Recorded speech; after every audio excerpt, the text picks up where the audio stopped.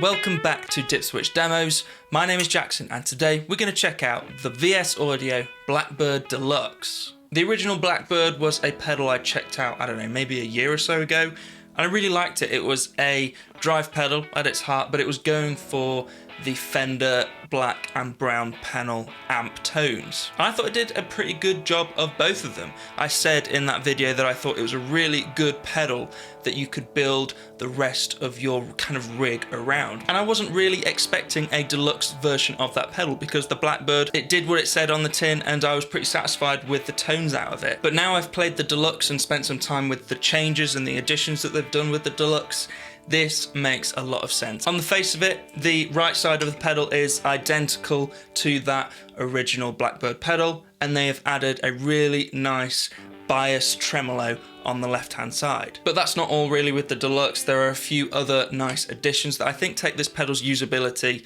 to another level.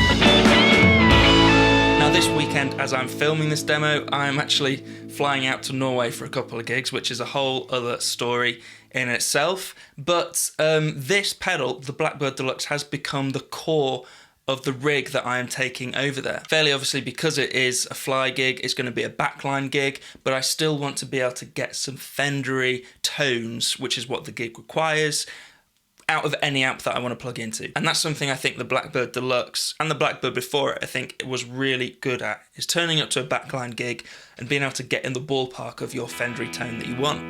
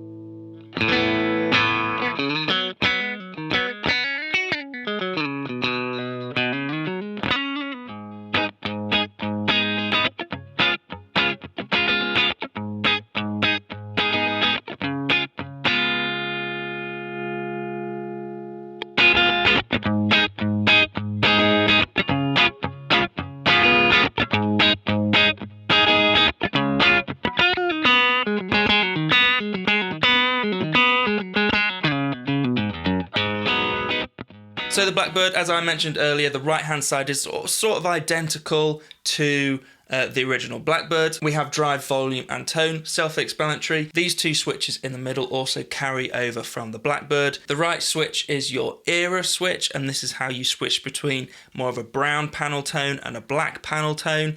Brown panel, you kind of get a bit more mid-range, it's a bit more raucous, a bit more rocky. The black panel is a bit glassier, bit more scooped, kind of like a classic Fender Deluxe reverb. And then the left switch is a channel switch, but it's more of like a bright switch. Say you've got a bright switch on a Fender amp and you switch it up, that's sort of what that is doing.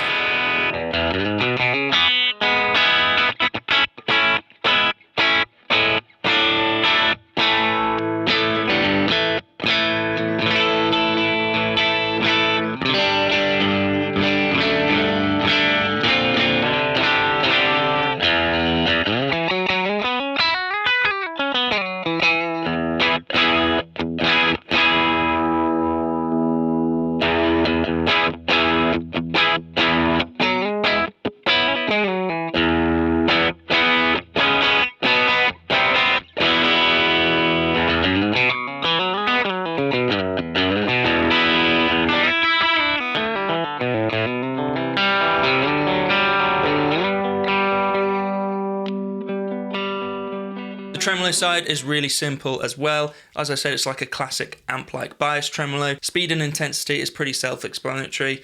It can get some really nice subtle slow tremolos, but also some kind of choppy, faster tremolos. A nice little feature.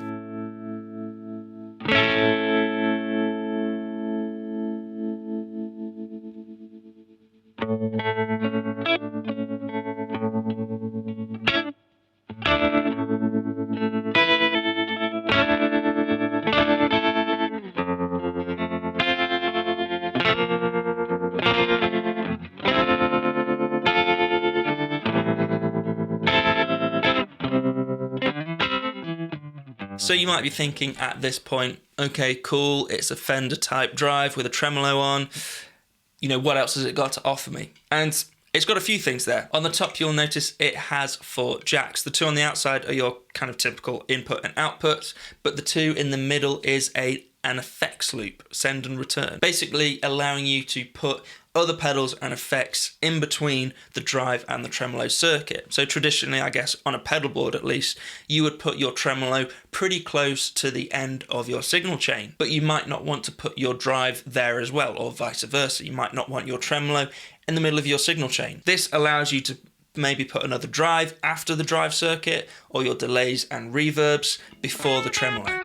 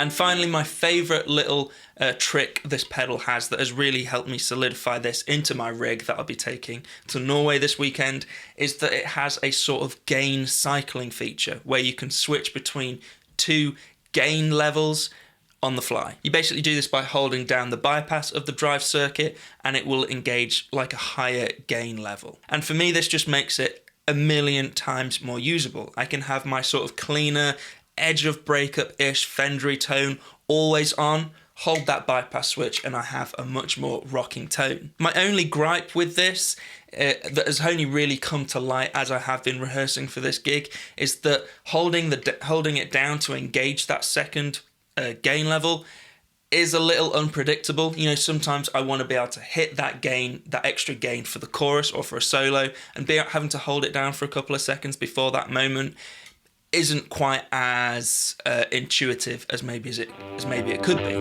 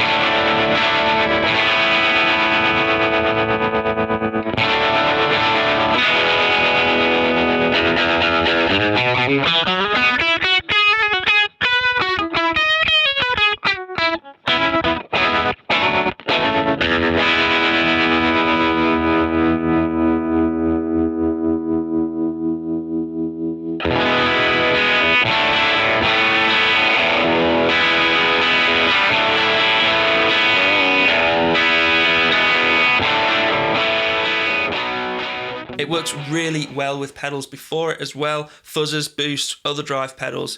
Kind of reacts like an amp would, and I think that's helped by the fact that you can run this on 18 volts. Gives it a little extra, I don't know, airiness, a bit of extra clean headroom. So yeah, really cool. I was a fan of the first one, and the tones are exactly the same. We just have more features, just have more. Thank you guys for checking out the video. If you like what you saw, please subscribe and maybe check out some more, and I'll see you in the next one. Cheers, guys.